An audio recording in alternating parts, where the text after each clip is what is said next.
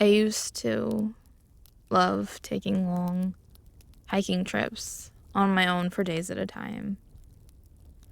But now, just the thought of it makes me nauseous. My aversion began a couple years back when I went on a hiking trip up in Northern California. I was hiking to this hidden hot spring deep in the forest a friend had told me about. It was about a 3-day hike to get there. I was by myself, of course, but I was really comfortable hiking on my own at this point. I'd been making trips like these for years, and I just really enjoyed the solitude. Nothing was particularly special or out of the ordinary about this trip, except I kept seeing this little red speck of light out of the corner of my eye at night. But when I would turn my head, it wouldn't be there anymore. I didn't hear any weird noises or see anything else out of the ordinary, so I just rationalized it as being sparks from the fire. I preferred sleeping under the stars rather than in a tent when I went hiking, but on this particular trip, I remember wishing that I had packed a tent.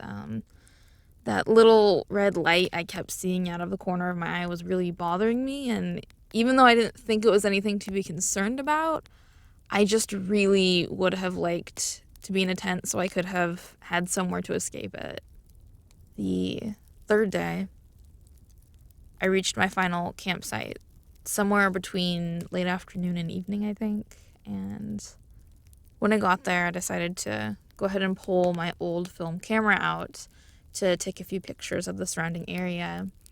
And I was surprised to see I had one fewer picture left than I thought I had from the day before, which was even more strange because I remember that happening the day before when I woke up as well, but I didn't put too much thought into it. I just thought it was weird and I must have made a mistake, or maybe my camera went off in my bag or something. So I just proceeded to hook the camera strap my friend had embroidered with my name for Christmas around my neck and snapped some pictures. After setting up camp and eating dinner, it was fairly dark out, but I decided to head down to the hot spring anyway. I must have been down there for about 10 minutes or so when I saw a light coming towards the hot spring. It was a ways away and it approached slowly. I thought it was really strange because these hot springs were in the middle of nowhere and very few people knew about them. So the odds of two separate parties being here on the same day, let alone the same time, were really, really low. But I felt more at ease as this person got closer. I could see the silhouette of a tall man just clumsily making his way through the brush, just stumbling around as if this was his first hike through the woods. I almost felt sorry for him because this was a really unforgiving stretch of forest, and he seemed to really be struggling with it. So just to be nice, I yelled out asking if he needed any help. This immediately startled him, which was fair because, as I mentioned, the odds of any two strangers meeting in these woods were extremely low. And I remember he was so startled, he ended up just like losing his footing and sliding down an incline and landing at the bank of the hot spring. When he tried to collect himself, I noticed something shiny fall from his pocket. So I lifted my lantern up to give him a little more light and told him it looked like he had dropped something. He patted the ground for a minute and was relieved to have found the rather large pocket knife he dropped and said something like, "Whew, good thing I didn't lose this. You never know what creatures you might run into out here." Then made some sort of a dad joke I immediately forgot, but, laughed at anyway, just to be nice. It's really strange looking back and explaining that this wasn't alarming to me at the time. Don't get me wrong, if someone more outwardly cunning had been in his place, I probably would have just bolted into the forest right then and there, but this guy just seemed so harmless. So I didn't think anything of it. I remember him asking if it would be okay if he joined me in the hot spring, In all honesty, I really didn't want him there. I traveled all this way to get away from people, yet here was a person exactly where I wanted to be alone most of all. But I felt really bad because he must have traveled a long way to get here too, and he seemed to be just having a really rough time, so I just said sure. I hoped that he would keep to himself, but no such luck. He went on nervously chattering about nothing important or interesting, really, and he really made me regret giving him the okay to join me in the hot spring. I mean, he was nice enough, he just wouldn't shut up. Then he started getting a little closer as he was talking to me, and so I would go back a bit further to keep the distance, and again he just like kept slowly getting closer and me going further from him, and it was just weird. It was like he just couldn't take a cue. I don't know, he had these weird boundary issues, but he still wasn't, he didn't seem threatening. He just seemed weird, basically. This kept going for about 20 minutes, at which point I just couldn't take the incessant chattering or the awkward dance me and this guy were doing. So I just kindly said that I should head back to camp, and it was nice meeting him. To which he said, "It was nice meeting you too, Andy." I was really glad my back was turned to him when he said that. I was glad he couldn't see how concerned I looked. I didn't remember ever telling him my name. On the walk back to camp, I just tried to comfort myself, remembering how harmless that lanky guy had been. I figured that I must have just been so numb from half listening to his never-ending string of words that I just forgot that I told him my name, and I had told him after all. As I nodded off to sleep that night, I remember being really happy that I hadn't noticed the little red dot of light out of the corner of my eye. The whole night, actually. So I slept really soundly. The next morning, I woke up, rested, and I pulled out my camera before hiking back so I'd have it accessible in case I wanted to quickly take some pictures along the way. And I noticed, yet again, there was one less picture than I remembered there being the night before. But at that point, I was used to it. Nothing was really coming of it, so I just tried to put it in the back of my mind, and I just thought it was weird, that's all. Overall, the trip itself had been pretty good, despite the destination being less than I had hoped for. Once I was back, I was really excited to get my film developed.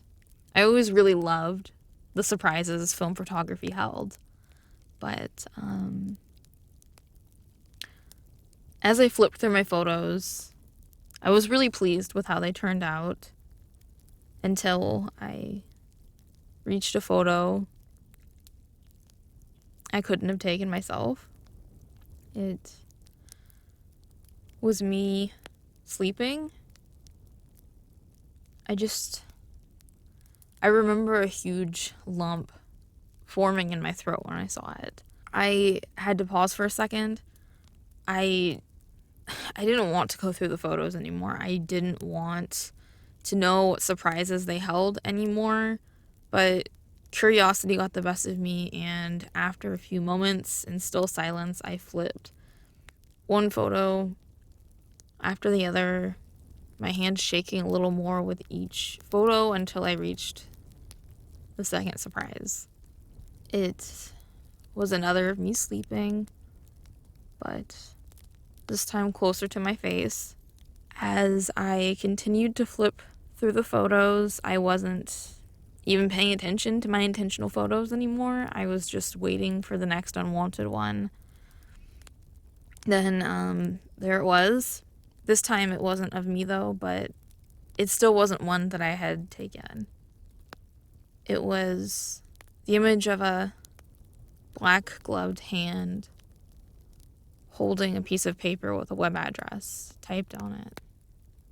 like a sort of business card. There were no more unaccounted for photos in the stack, but I knew this wasn't over yet.